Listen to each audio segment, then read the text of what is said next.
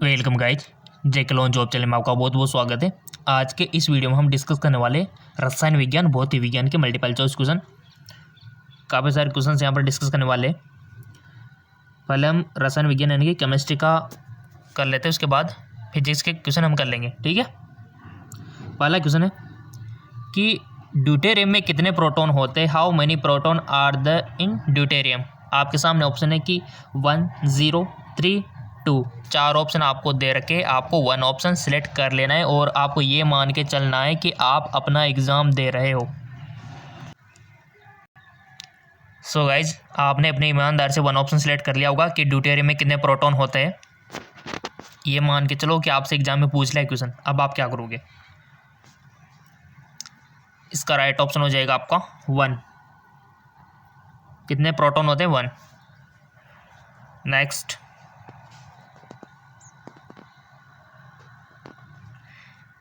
Ethylene में carbon के साथ कितने बंधन जुड़े हुए होते हैं। How many bond are associate with carbon in ethylene. 5, 4, 3, 2। बताइए कितने बंध जुड़े हुए होते हैं। बहुत अच्छा क्वेश्चन है, लगा दिया होगा टिक आपने। इसका राइट ऑप्शन हो जाएगा 4 यानी कि ऑप्शन 2। कितने बंध जुड़े हुए थे? 4 बंध जुड़े हुए थे। अगला, आंखों की बीमारी किस विटामिन की कमी के कारण होती है। Eye disease is cause by the deficiency of vitamin C, D, B, A. हमने आपको विटामिन पूरा पढ़ा दिया है जीके एमसीक्यू जेम के चैनल पर। हमने विटामिन का केमिकल नेम आपको पढ़ा दिया, उनके सोर्सेज आपको पढ़ा दिए, उनकी कमी से होने रोग हमने आपको पढ़ा दिए। ऐसे कोई भी स्टेप हमने मिस नहीं किया है। तो बता दो आंसर कि आंखों की बीमारी किस विटामिन की कमी के कारण होती है। सो इसका करेक्ट ऑप्शन है, करेक्ट ऑप्शन सिंपल सी बात है, ऑप्शन 4 यानी कि विटामिन ए की कमी से। रतौंधी दी होती है, आपको पता है, रात में कम दिखाई देता है। फिर इसी प्रकार विटामिन बी, सी, डी, इनकी कमी से क्या होता है, सब आपको याद रखना है। और जितने भी कॉम्प्लेक्स है ना विटामिन बी के, B1, B2 है ना, उनके भी याद रखने हैं। अगला, चूने के पानी का रासायनिक नाम है। Milk of lime in chemically. चूने के पानी का रासायनिक नाम CaHCO3, CaOH2, CSO4 2H2O, CaCO3।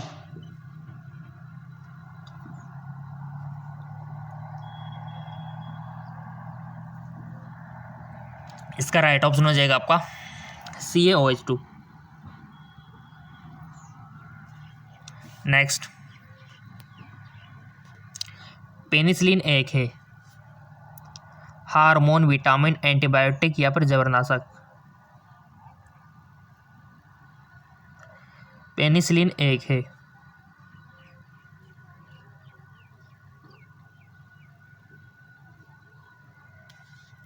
इसका राइट ऑप्शन हो जाएगा आपका एंटीबायोटिक है। ठीक है, किसने खोज की थी ये भी याद रखना है आपको, कब की थी ये भी याद रखना है। प्राथमिक एल्कोहल कौन सा है। Which is primary alcohol. Propanol, isopropyl alcohol, butanol, butanol. पता है ना आपको प्राथमिक कौन सा है, द्वितीय कौन सा है, तृतीय कौन सा है। एल्कोहल आपने पढ़ा हुआ है रसायन विज्ञान NCERT क्लास 12।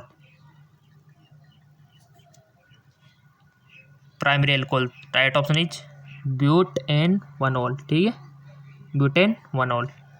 अगला, थोड़ा सा एडजस्ट कर लेते हैं इसको। वातावरण में प्रचुर मात्रा में पाए जाने वाली अक्रिय गैस है। The inert gas abundantly found in atmosphere. वातावरण में प्रचुर मात्रा में पाई जाने वाली अक्रिय गैस आपको बतानी है। चार ऑप्शन आपके सामने हाजिर है। इसका राइट ऑप्शन हो जाएगा आपका ऑर्गन। आर्गन आपने पढ़ा हुआ है। परमाणु क्रमांक कितना होता है पता है ना सबको। अब कोई बोलेंगे 17, कोई बोलेंगे 18, बट आपको पता है तो आप बता देंगे। गैस स्थिरांक आर स्थिर होता है, यानी कि the gas constant R is constant केवल वास्तविक गैस के लिए, केवल आदर्श गैस के लिए, आदर्श और वास्तविक गैस दोनों के लिए, न तो आदर्श गैस के लिए और न ही वास्तविक गैस के लिए।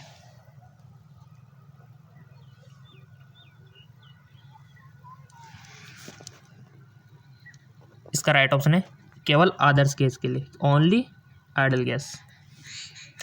अगला क्वेश्चन है कि CH2O में कार्बन की ऑक्सीकरण संख्या है। The oxidation number of carbon in CH2O। Oxidation number निकालना सबको आना चाहिए। देखो पूछा जाएगा, एक क्वेश्चन तो आएगा। ऑक्सीडेशन नंबर पढ़ा होगा ना आपने 12th में, बता दो फिर। +2, 0, -2, +4।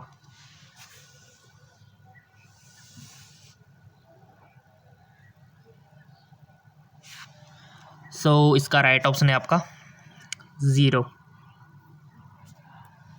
अगला, ओहलर ने यूरिया उष्मा द्वारा किसे संश्लेषित किया? Wohler synthesise urea by heating. Ammonium cyanate, ammonium urate, ammonium oxalate, ferric साइनेट।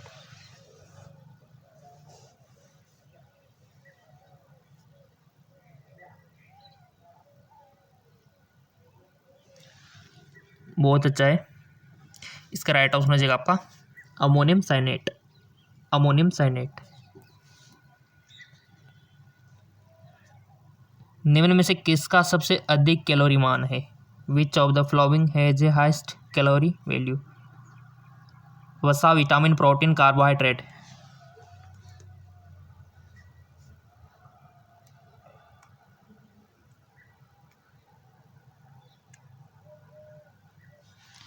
Right option is fat, वसा।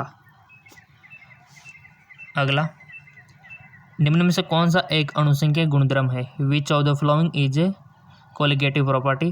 क्वथनांक, हिमांक, गलनांक, हिमांक में अवनमन। बहुत अच्छे अच्छे क्वेश्चन है गाइज। 11 12 से आएंगे, बिल्कुल भी आपको नहीं घबराना है जब तक जेके लोन जॉब चैनल आपके साथ है। अणुसंख्यक गुणधर्म है, इसका राइट ऑप्शन हो जाएगा आपका हिमांक में अवनमन। हिमांक में अवनमन, ठीक है। Depression is freezing point. अगला, टेफ्लॉन में निम्न में से कौन सा तत्व मौजूद होता है? Which of the flowing element in present in Teflon? F2, I2, Br2, Cl2। आपका जो चैप्टर है बहुलक पढ़ा होगा ना आपने, पॉलीमर वाला चैप्टर इंपॉर्टेंट है। J1 वाला चैप्टर इंपॉर्टेंट है, क्वेश्चन बनते हैं वहाँ से। टेफ्लॉन में निम्न में से कौन सा तत्व मौजूद होता है? इसका राइट ऑप्शन है F2। ऐसे क्वेश्चन बनते हैं आपके। अगला, निम्न में से कौन सी धातु कॉपर सल्फेट विलयन में कॉपर को विस्थापित करेगी? विच of the flowing metal will displace copper from copper sulphate? बहुत अच्छा क्वेश्चन है गाइस। अब आपको पता होना चाहिए कि कौन सी धातु अधिक क्रियाशील है, कौन सी मध्यम है और सबसे कम कौन सी है। सक्रियता श्रेणी पढ़ रखी होगी तो समझो आ गया। और ये क्वेश्चन आपकी यही नॉलेज चेक करना चाहता है कि आपको सक्रियता श्रेणी पता है कि नहीं है। ये एक क्वेश्चन में पता कर लेता है कि आपको पता है कि नहीं है। ये होता है ऑब्जेक्टिव टाइप के क्वेश्चन, मल्टीपल चॉइस क्वेश्चन। कौन सी धातु कॉपर सल्फेट विलयन में कॉपर को विस्थापित करेगी? जो अधिक क्रियाशील अधिक होगी वही करेगी ना। तो कौन है? फेरस, अर्जेंटम या फिर मरकरी या फिर सोना? बताइए। सक्रियता श्रेणी याद करो।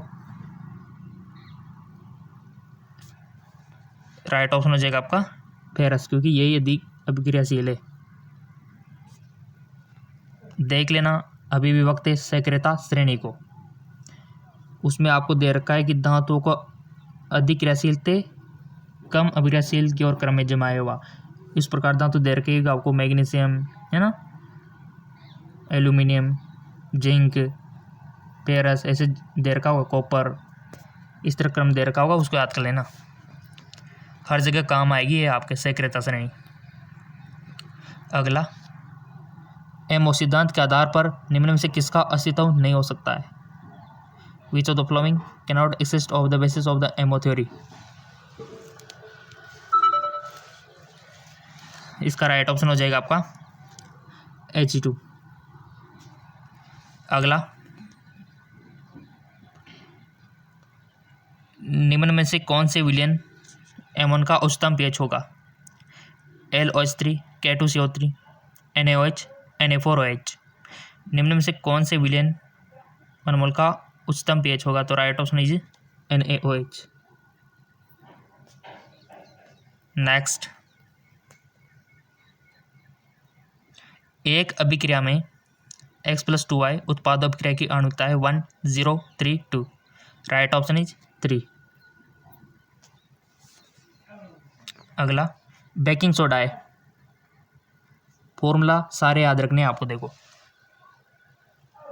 चाहे वो आपका बेकिंग सोडा हो, चाहे वो आपका खाने का सोडा हो, चाहे वो आपका धोने का सोडा हो, हर एक का साधारण नाम, केमिकल नेम और फॉर्मूला तो याद रखना, यही केमिस्ट्री की पहचान है। सो आपने बेकिंग सोडा को तो बता दिया होगा, खाने का सोडा जो आप यूज करते हो, sodium hydrogen carbonate NaOH CO3। इसमें अगर थोड़ा सा अमल मिला देते तो क्या होता है? ये CO2 गैस देता है। अगला, और उसको एंटासिड के रूप में भी काम में करते हैं। अगर आपको एसिडिटी हो गई तो बेकिंग सोडा खा सकते हो आप, क्योंकि इसमें सारे गुण होता है जो कि एसिडिटी को कम करता है। नायलॉन बनाने में उपयोग की जाने वाली कच्ची पदार्थ है। A raw material use in making nylon. अगर नायलॉन आपको बनाना है तो कच्चा माल क्या आएगा?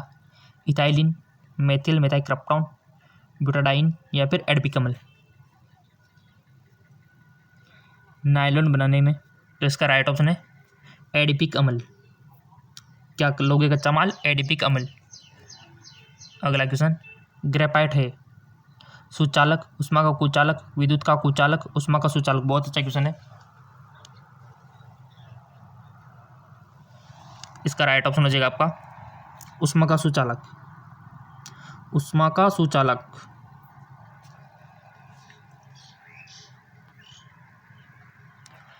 सर्वाधिक मीठी शर्करा है। The sweetest sugar is lactose, fructose, glucose, sucrose.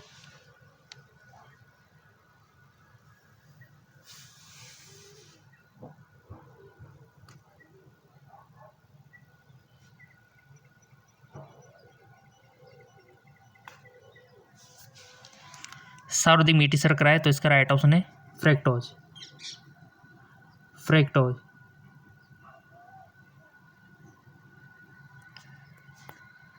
अगला, ओलियम का रासायनिक प्रतीक है। Oleum is chemically H2S2O7, H2S2O8, H2SO5, H2SO3। Oleum का रासायनिक प्रतीक बताना है आपको। पढ़ रखा है आपने तो बता दो।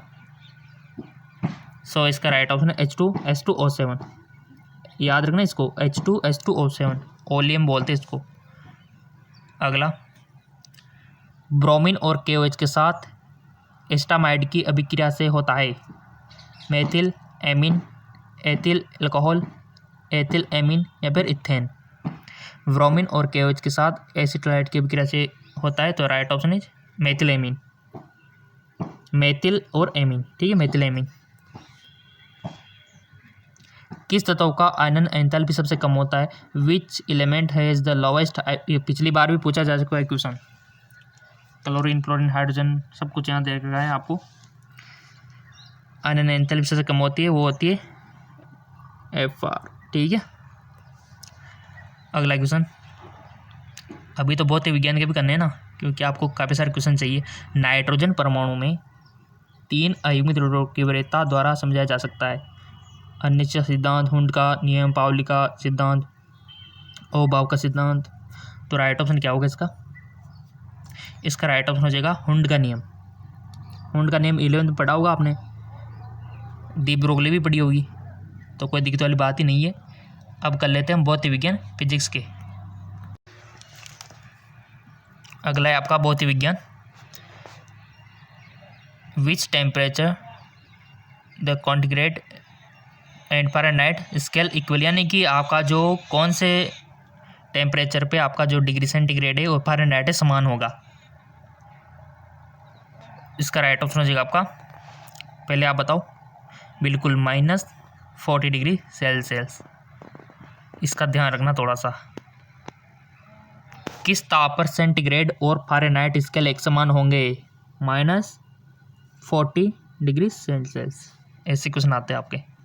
अगला, भारत में रेडियो ट्रांसमिशन के लिए किस प्रकार के मॉड्यूलेशन कार्यरत है? फ्रीक्वेंसी मॉड्यूलेशन, जिनको एफएम बोलते हो आप, इसकी फुल फॉर्म होती है फ्रीक्वेंसी मॉड्यूलेशन एफएम की, ठीक है। एक होता है एएम यानी कि एम्पलीट्यूड मॉड्यूलेशन, एक होता है पीएम पल्स मॉड्यूलेशन। इनमें से कोई नहीं। तो बताओ, भारत में रेडियो ट्रांसमिशन के लिए किस प्रकार के मॉड्यूलेशन कार्यरत है? तो right option is amplitude modulation am. Am आएगा, पीएम नहीं आएगा, टिक गलत जगह भी लिख जाता है, ठीक है, ये वाला। ऑनलाइन एग्जाम में तो कोई दिक्कत नहीं, टिक कहीं भी बाहर लगा सकते हो आप, अगर याद आ जाए तो, ऐसी कोई दिक्कत नहीं है। अब ऑफलाइन में दिक्कत होती है। यदि सरल लोलक में धातु के गोले के स्थान पर लकड़ी का गोला लगा दिया जाए तो इसका आवर्तकाल? इनमें से कोई नहीं, वही रहेगा, बढ़ जाएगा, कम हो जाएगा।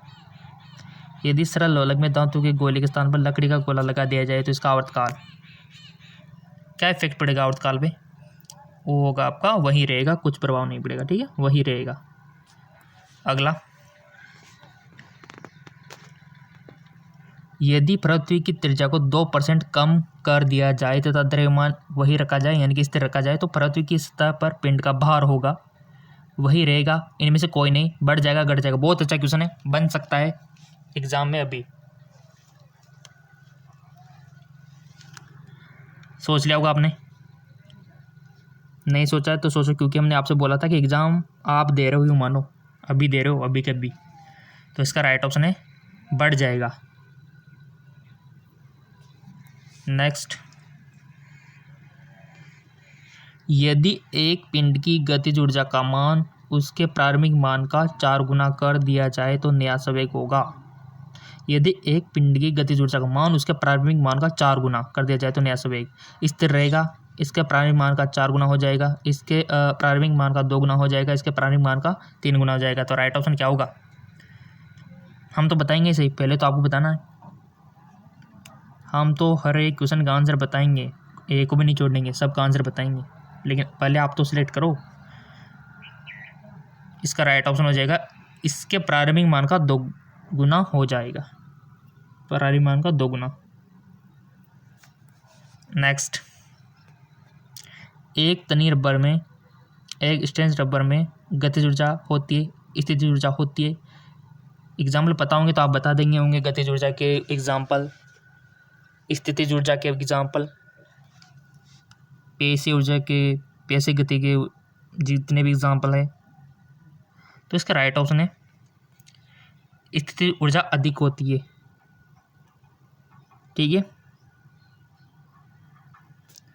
नेक्स्ट,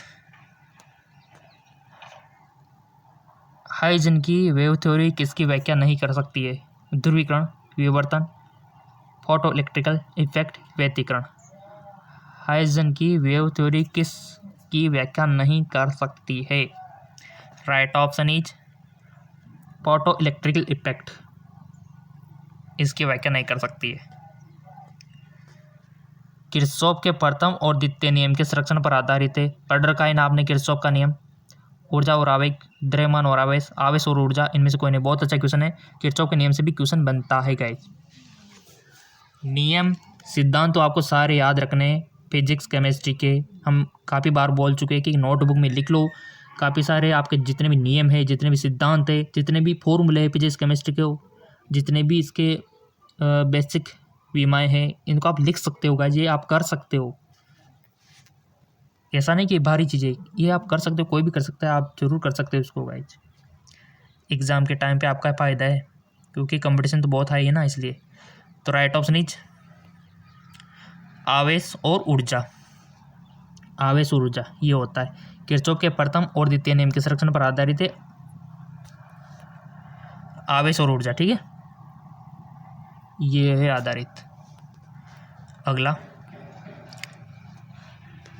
एडजस्ट, यदि एक बल F = 8 + BT² के बराबर दिया जाए, जहाँ T समय है और AB विमाएँ है, AB की विमाएँ होगी, विमाएँ आपको बतानी है। सबको आती होगी बनाने वैसे विमाएँ, तो कोई दिक्कत वाली बात है ही नहीं, इंटेलिजेंट स्टूडेंट हो आप। इसका करेक्ट ऑप्शन हो जाएगा ML-T-3 और ML-T-4।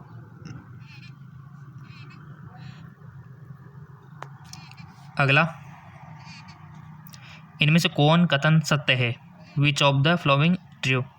सभी टकरों में 11th से क्वेश्चन है, सभी टकरों में संवेग सुरक्षित नहीं होता, लेकिन इलास्टिसिटी टक्कर में गतिज ऊर्जा होती है। सभी टकरों में संवेग सुरक्षित रहता है, लेकिन गतिज ऊर्जा नहीं। सभी टक्करों में संहति और गतिज ऊर्जा दोनों सुरक्षित रहती है। इलास्टिक टक्कर में ना तो संवेग सुरक्षित रहता है उन्हें। एक बहुत अच्छा क्वेश्चन है। संहति टक्कर पढ़ रखी है आपने 11th में, मजे से पढ़ी होगी तो आ गया होगा आपको। 2-5 क्वेश्चन बन ही जाते हैं 11th से भी। इसका राइट ऑप्शन है सभी टक्करों में संवेग सुरक्षित रहता है, लेकिन गतिज ऊर्जा नहीं है। सभी टक्करों में संवेग सुरक्षित रहता है, लेकिन गतिज ऊर्जा नहीं। अगला, पिंड की विकर्णी ऊर्जा के समानुपाती होती है। T2, T-4, T4, इनमें से कोई नहीं। पिंड की विकर्ण ऊर्जा के समानुपाती होती है, तो इसका राइट ऑप्शन इज T4। अगला, एक पिंड जिसका द्रव्यमान 0.1 किलोग्राम है 0.1 सेकंड में 10 मीटर पर सेकंड के वेग से गतिमान होते हैं, पिंड पर लगने वाला बल है 100 न्यूटन, 10 न्यूटन, या फिर 0.1 न्यूटन, या फिर 0.01 न्यूटन।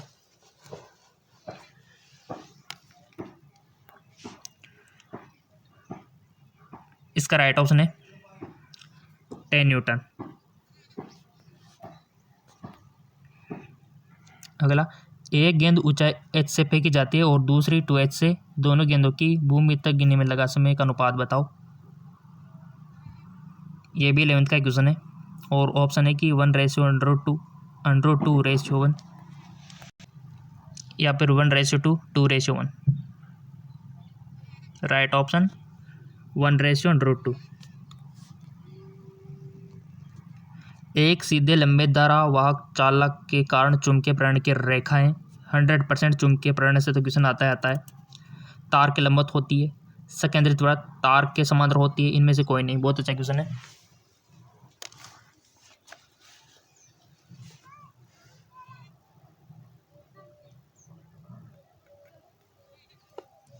इसका राइट ऑप्शन हो जाएगा संकेंद्रित वृत्त। अगला, न्यूमेरिकल है गाइस, न्यूमेरिकल आएंगे आपके। फ्री स्पेस में विद्युत चुंबकीय तरंग का वेग 3 × 10⁸ मीटर पर सेकेंड है। एक रेडियो तरंग की जिसकी तरंग देर 150 मीटर है, तो आवर्ती होगी। गाइस, अगर आपका न्यूमेरिकल में आप कमज़ोर हो तो पहले थ्योरी वाली क्वेश्चन कर लेना, कोई दिक्कत वाली बात नहीं है। न्यूमेरिकल में थोड़ा सा टाइम लगता है, क्योंकि यहाँ पर थोड़ा सा दिमाग लगाना होता है और आपको फॉर्मूले में मान भी कूट करना होता है और उसको काट पीट के आंसर लाना होता है ना। तो अगर आपको कमज़ोर हो आप तो पहले थ्योरी वाली क्वेश्चन कर लेना, ताकि वो तो सही जाए आपके, ठीक है ना। बाकी आप अपना हिसाब देख सकते हो कि आप कितने स्मार्ट हो न्यूमेरिकल में, सबका अलग अलग वो होता है। यहाँ पर ऑप्शन दे रखे कि 20, 45, 2 मेगाहर्ट्ज़, यहाँ पर मात्रा का अलग अलग दे रखे, तो उसका ध्यान रखना थोड़ा। तो किया होगा आपने रब में, तो इसका राइट ऑप्शन हो जाएगा आपका 2 मेगाहर्ट्ज़। अगला, आर त्रिज्या व एक समान रूप से आवेश Q से आवेशित खोखले गोले का विद्युत क्षेत्र पर विभव होगा। बहुत अच्छा क्वेश्चन है, यहाँ से भी क्वेश्चन बनता है। टॉल से ज़्यादा बनते हैं आपके। क्वेश्चन को देख लो, ऑप्शन देख लो, टाइम कम लगता है तो वीडियो को पॉज कर लिया करो, क्योंकि टाइम तो हम 5 सेकंड का देंगे, फिर क्या है वीडियो लंबा जाता है ना। लगभग सबने कर लिया होगा, इसका आंसर आ गया होगा कि आर त्रिज्या व एक समान रूप से आवेश Q से आवेशित खोखले गोले का विद्युत क्षेत्र विभव होगा। तो राइट ऑप्शन इज 0 और 1/4π0ε Q/r, ठीक है। अगला, 0.01 हेनरी के प्रेरक में 50 हर्ट्ज एसी की रेक्टेंस होगी 1.04, 0.59, 3.14, 6.28।